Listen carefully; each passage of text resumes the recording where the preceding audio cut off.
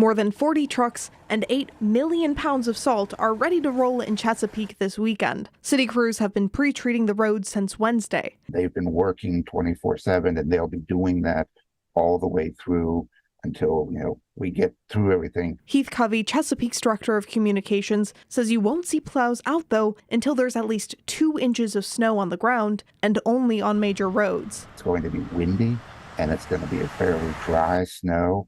So our crews are going to plow snow, and half an hour later with the wind, it's going to look like we haven't been there, but it would be much worse if they hadn't. While the city focuses on main roadways, private companies like Schultz Landscaping are out and about, ready to keep parking lots clear. I've got 8 banks right now to do, plus maybe a residential. We got several more crews out there doing the same thing.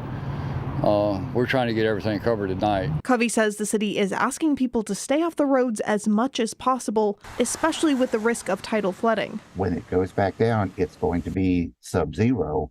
So areas where new water has come from the flooding could very easily ice over. He's also encouraging people to take care of last-minute errands before the snow starts to fall.